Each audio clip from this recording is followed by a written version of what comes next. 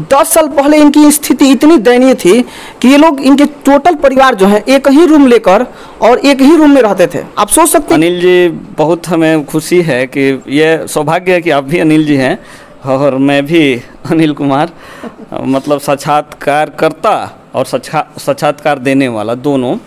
तो उन छात्र, यह सच ही कहा गया है कि यदि आपके पास सफल होने का जुनून हो तो आपको कठिनाइयाँ कभी नहीं रोक सकती।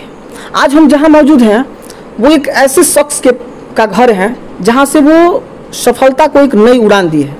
आपको बता दें कि इनकी सफलता के पीछे काफ़ी एक बहुत बड़ा जो है कठिनाइयाँ थी और उस कठिनाइयों को पार करके आज ये जो है सफल हुए हैं। आपको बता दें कि इनका चयन जो है BPRO के पद पर हुआ है। BPRO मतलब ब्लॉक पंचायती राज ऑफिसर के पद पर हुआ है। सर, सबसे पहले तो आपको हम अपने चैनल में स्वागत करते हैं। जी, बहुत बहुत धन्यवाद और आपके चैनल को मेरे तरफ से हार्दिक शुभकामनाएं। सर, एक सबसे महत्वपूर्ण प्रश्न है कि आज आप सफल हो गए हैं। सफलता के बाद माना जाता है कि काफ़ी हर्षोल्लास की स्थिति होती है। तो सफलता के बाद आपको एक कैसी प्रतिक्रिया आई और अपने घर में आप सबसे पहले किसको अपनी प्रतिक्रिया जो है व्यक्त की है? जी देखिए, इस सफलता के प्रति मैं आश्वस्त था। इससे पहले मैं 3 बार इंटरव्यू दे चुका था, असफल था, लेकिन इस 64वीं BPSC में मुझे पूरा आत्मविश्वास था कि मेरा चयन होगा। और जब ये रिजल्ट आया तो सबसे पहले मैं पहले से ही सोच रखा था कि अपनी माँ को अपनी खुशी का इजहार करूंगा, क्योंकि ये अचीवमेंट मेरी माँ का ही है, मेरे पिताजी का है। तो सबसे पहले मैंने अपने पिताजी और माँ का चरण स्पर्श किया और पूरे परिवार के साथ इस क्षण का एंजॉय किया। हाँ बिल्कुल, आप देख सकते हैं कोई व्यक्ति जब सफल हो जाता है तो ऐसा लगता है कि मानो उसके यहाँ एक खुशी का ऐसा लहर है कि वो पहली बार एक महसूस होती है। आपको बता दें कि आप अगर अंत तक बने रहते हैं तो आपको ये हम बातें सिर्फ करेंगे कि सर की एक स्ट्रेटजी क्या है, किस प्रकार से इन्होंने एक सफलता हासिल की है। सिर्फ उन्हीं चीज़ों को मेन पॉइंट को चर्चा करने वाले हैं, तो आप लगातार अंत तक बने रहिए। सबसे एक महत्वपूर्ण प्रश्न है सर, आप अभी शायद शिक्षक के पद पर कार्यरत हैं। जी हाँ। आपको बता दें सभी दर्शक कि ये जो अनिल कुमार पासवान जी हैं, 10 साल पहले इनकी स्थिति इतनी दयनीय थी कि ये लोग, इनके टोटल परिवार जो है, एक ही रूम लेकर और एक ही रूम में रहते थे। आप सोच सकते हैं कि क्या स्थितियाँ थी, लेकिन एक कड़ी मेहनत ऐसी चीज़ होती है जो कड़ी मेहनत के फलस्वरूप इन्होंने आज इतने मुकाम तक पहुँचे हैं। तो हम सबसे एक महत्वपूर्ण प्रश्न है सर, जो गरीब छात्र हैं, जो लगता है कि पढ़ नहीं सकता है, तो उनके लिए आप एक सुझाव क्या दे सकते हैं? और साथ साथ हम लोग जानते हैं कि बहुत सारे जो ऐसे भी गरीब छात्र हैं जिनको BPSC की तरफ आना, उनको लगता है कि हम बहुत पहाड़ी, एक तो बहुत बड़ा जो है परीक्षा हम दे रहे हैं, तो उस स्थिति में आप उन लोग के लिए क्या सलाह देंगे, इसके बारे में थोड़ा दर्शकों को बताइए। देखिए, मैं खुद ही एक वंचित तबका से आता हूँ, वंचित समाज से, और मैंने जो तैयारी किया इस दरमियान पाया कि धन बहुत मायने नहीं रखता, बाधा नहीं रखता। ठीक है, बाधा धन की नहीं है, आपके तन और मन में ये उड़ान होनी चाहिए। एक शेर मुझे हमेशा याद रहता है कि मंजिल उन्हीं को मिलती है जिनके सपनों में जान होती है, पंखों से कुछ नहीं होता, हौसलों से उड़ान होती है। बिल्कुल। तो अगर हौसला है तो गरीबी कोई मायने नहीं रखती। मैं सभी जो भी हमारे छात्र हैं, यूथ हैं, उनको चाहूँगा कि आप लगें, कोई धन मायने नहीं रखता, आपको ये आड़े नहीं आता। ठीक है, आप तन और मन से लगेंगे, सफलता एक दिन आपका कदम चूमेगी। एक और लाइन निवेदित करूँगा मैं, और अनिल जी, बहुत हमें खुशी है कि ये सौभाग्य है कि आप भी अनिल जी हैं और मैं भी अनिल कुमार, मतलब साक्षात्कारकर्ता और साक्षात्कार देने वाला दोनों। तो उन छात्रों के लिए कि निगाहों में मंजिलें थी, गिरता रहा, संभलता रहा। निगाहों में मंजिलें थी, गिरता रहा, संभलता रहा। हवाओं ने बहुत कोशिश की, लेकिन आंधियों में भी मेरा चिराग जलता रहा। आंधियों में भी मेरा चिराग जलता रहा।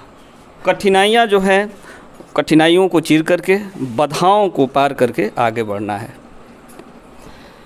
हाँ बिल्कुल, आप समझ सकते हैं कि अभी जो गरीब छात्र हैं उनके लिए सर ने जो सुझाव दिया काफ़ी एक लाभदायक और परिपूर्ण है। अब आपको बता दें कि लगातार हम बीपीएससी के जो सफल अभ्यर्थी हैं उनका इंटरव्यू ले रहे हैं, और आज का इंटरव्यू सबसे बिल्कुल अलग है। आपको बता दें कि हम कुछ पॉइंट नोट किए हैं जो सिर्फ आपके लिए हैं, और उस पॉइंट को ही पूछेंगे, और इसके बाद जो है आपका सारा एक मेन जो लाभदायक जो चीज़ें हैं उसी को देने का प्रयास करेंगे। तो सबसे एक हम पॉइंट नोट किए हैं सर कुछ, जो जिसमें पहला पॉइंट है कि प्रिपरेशन के दौरान आप कैसे अपने आप को एक तरह से संयमित रखे थे, इसके बारे में थोड़ा ऑडियंस को बताइए। प्रिपरेशन के दौरान जो संयमित होने की बात है, तो सबसे पहला तो आपके घर में वैसा माहौल होना चाहिए। मेरे अभिभावक, मेरे माँ पिता द्वारा हमेशा ये माहौल दिया गया, ठीक है। मेरी पढ़ाई के साथ उन्होंने कभी कोई समझौता नहीं किया, न हमें किसी कार्य के लिए उन्होंने कभी कहा। तो एक तो ये प्लस पॉइंट रहा मेरे लिए, और दूसरी है कि मैं चूँकि विद्यालय भी जाता था, तो अपने लिए विद्यालय में भी अगर बच्चों को पढ़ाने के बाद जो समय मिलता था उसका मैं सदुपयोग करता था। घर पे आता था तो भी मैं सदुपयोग करता था और संयमित रहता था। चूँकि मेरे अंदर जो आत्मविश्वास थी कि मैं एक दिन सफलता ज़रूर पाऊँगा, उसी आत्मविश्वास ने मुझे संयमित भी बनाए रखा। हाँ, नेक्स्ट एक प्रश्न है सर, आपकी पढ़ाई के दरमियान कौन कौन सी समस्याएं आई? क्योंकि हर गरीब छात्र के बीच जो है एक समस्याएं आती हैं और वो आगे नहीं बढ़ पाता है, लेकिन हम कोशिश करते हैं कि हमारे जो स्टूडेंट्स हैं जो एक गरीबी और एक तबके वर्ग से आते हैं वो सफल हो। तो इसके बारे में सर कुछ सुझाव दीजिए। जी देखिए, अगर बीपीएससी की मैं बात करूं तो यहाँ समस्याओं की सबसे पहले तो विषय चयन में होती है कि बहुत सारे छात्र हमसे मिलते भी हैं, इंटरेक्शन करते हैं कि सर हम कौन सा विषय लें। तो विषय को लेकर के पहली की समस्या है कि हम विषय कौन सा रखें। तो हमारा सलाह यही रहता है कि जिस विषय में आपकी रुचि हो वो विषय रखिए। और जो समस्याएं हैं पाठ्य सामग्री को लेकर के है, तो आजकल पाठ्य सामग्री बहुत सारी हैं मार्केट में, लेकिन कुछ चुनिंदा पाठ्य सामग्रियों को अगर अपनाया जाए, जैसे अगर हम राजनीति शास्त्र की बात करें, भारतीय संविधान की, तो लक्ष्मीकांत की बुक है, ठीक है, बहुत उपयोगी है छात्रों के लिए। इसके अलावा एनसीईआरटी की जो बुक्स हैं 6 से 12 तक पढ़ी जाए तो वो काफ़ी लाभदायक है।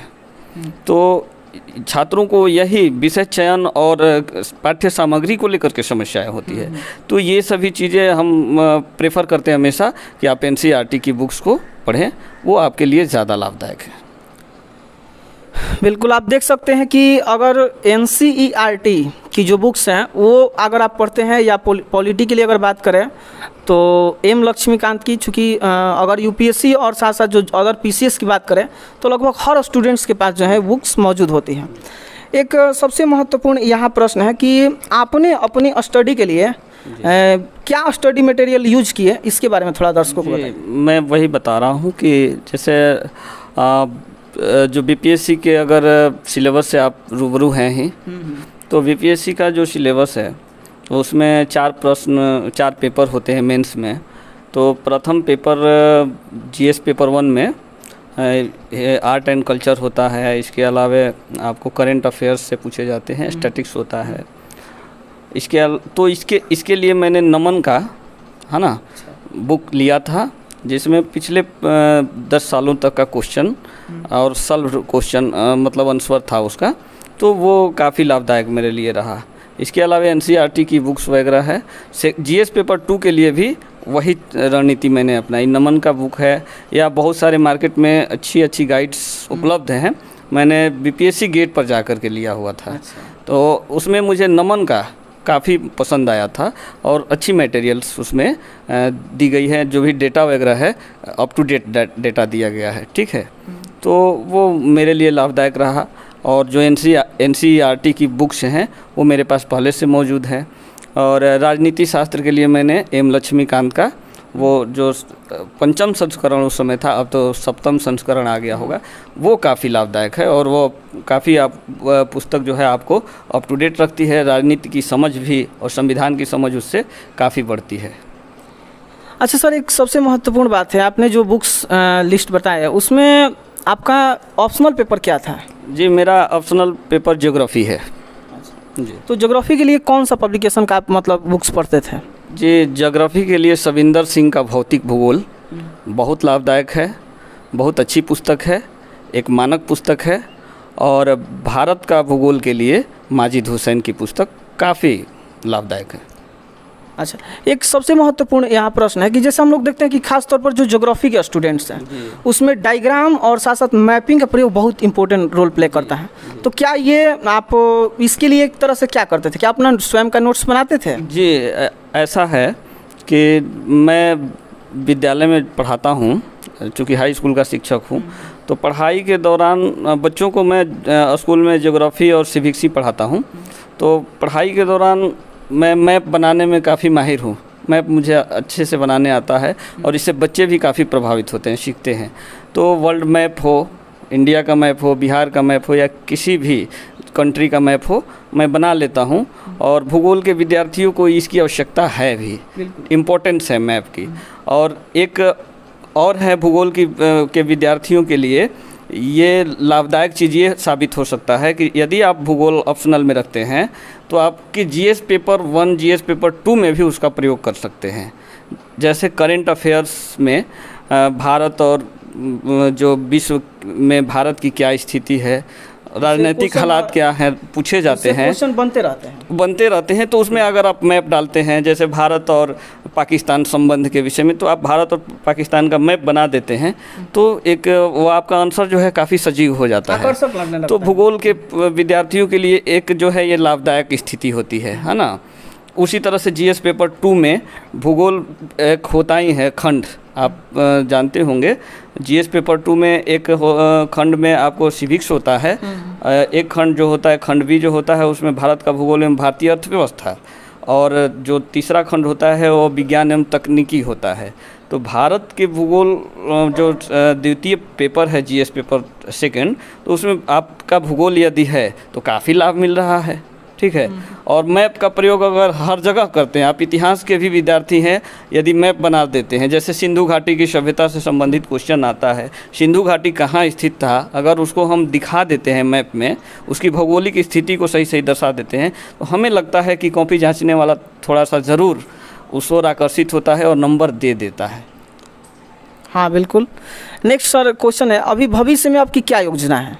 अभी भविष्य में योजना है, इस योजना को मैं पंक्तियों में ही बता दे रहा हूँ कि ये पंक्ति बहुत ही अच्छी पंक्ति है बच्चों के लिए भी, यूथ के लिए भी, कि मंजिल से भी बढ़कर मंजिल तलाश कर, मंजिल से भी बढ़कर मंजिल तलाश कर, मिल गई है दरिया तो समंदर तलाश कर।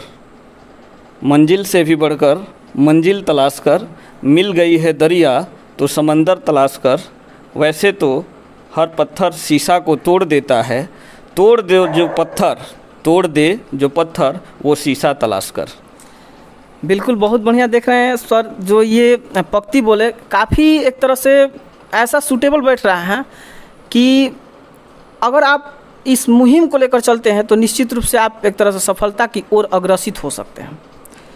तो सर एक मेन प्रश्न है यहाँ पर कि हर स्टूडेंट्स के अनुसार होता है कि वो दिनचर्या के बारे में पता करता है कि दिनचर्या क्या है। जी, तो दिनचर्या आपकी कैसे रही, इसके बारे में थोड़ा शेयर कीजिए। देखिए, थोड़ा सा दिनचर्या जो है हमारा बहुत ये मेरी कमजोरी है कि बहुत रेगुलर नहीं हूँ मैं, ठीक है। रेगुलर नहीं है, लेकिन मैं अन्य छात्रों को, तैयारी करने वाले छात्रों को कहूँगा कि रेगुलर बने। चूँकि हम लोगों का स्कूल है, विद्यालय है, तो जब विद्यालय चलता है, अभी तो कोरोना काल में विद्यार्थियों की पढ़ाई नहीं हो रही है, इसका मुझे बहुत दुख है, ठीक है। तो अभी दिनचर्या जो है काफ़ी बिगड़ी हुई है कोरोना काल में, ठीक है। लेकिन पढ़ाई के दौरान जो है वो जो हमारी दिनचर्या थी वो पटरी पर रहती थी।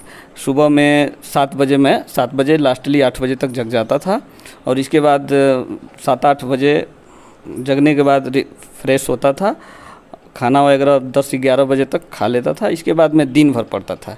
रात सोने के लिए बनाया गया तो मैं रात में सोता हूँ ना। बिल्कुल स्वाभाविक है कि रात जो है सोने के लिए बनाई गई है, तो रात में सोना चाहिए। एक तरह से हम बोले तो जो भी स्टूडेंट्स हैं वो हर अलग अलग रूटीन होता है सबका। अब सर जो हैं सफल एक अभ्यर्थी हैं और इनका रूटीन बिल्कुल अलग है, आप देख सकते हैं।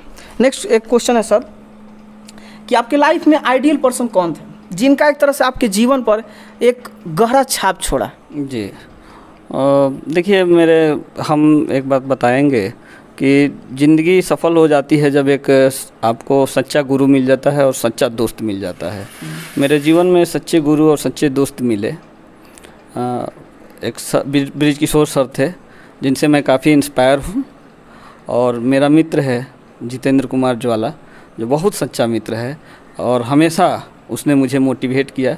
इसके अलावे मेरे माँ बाप का तो प्यार ही है। ये जो भी उपलब्धि है मैं अपने माँ बाप को समर्पित करता हूँ।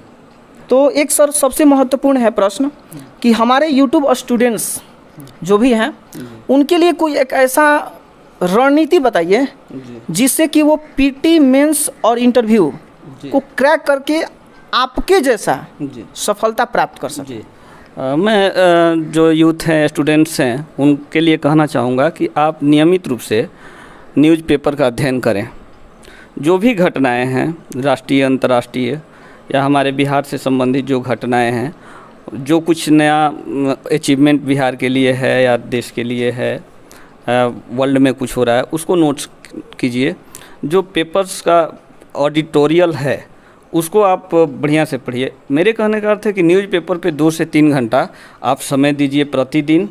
इसके अलावे आप जो करेंट अफेयर्स है उसको नोट करते जाइए, उसमें से जो भी करेंट अफेयर्स है नोट कीजिए। तो ये पीटी के लिए तो है ही। इसके अलावा आप मेंस का तैयारी पीटी के साथ साथ कर दें, ठीक है। यदि आप केवल पीटी का तैयारी करते हैं तो हमें लगता है कि थोड़ी परेशानी होगी। यदि आप प्रारंभ से ही मेंस की तैयारी में लग जाते हैं तो पीटी आपकी आसान हो जाती है, और पेपर वगैरह का एडिटोरियल आपको इंटरव्यू तक साथ देता है। तो मैं छात्रों से यही कहूँगा कि घबराने की आवश्यकता नहीं है, आप तैयारी में लगें, आप आगे बढ़ें और इन सभी चीज़ों का पेपर्स वगैरह का अध्ययन करते रहें। प्रारंभ से ही मेंस की तैयारी कर लें।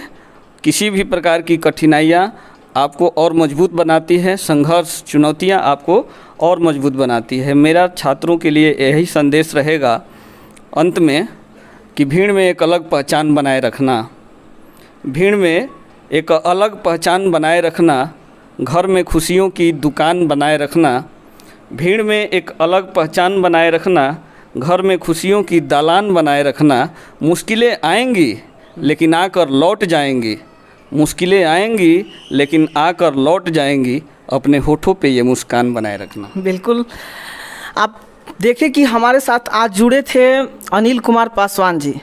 एक्चुअली इनकी कहानी सबसे बिल्कुल अलग है। आप देख रहे हैं कि इनकी जो एक स्ट्रेटजी थी बिल्कुल अलग थी। तो अगला वीडियो हम लेकर आएंगे फिर अब अगले जो सफल अभ्यर्थी हैं। तो तब तक के लिए धन्यवाद। जय हिंद।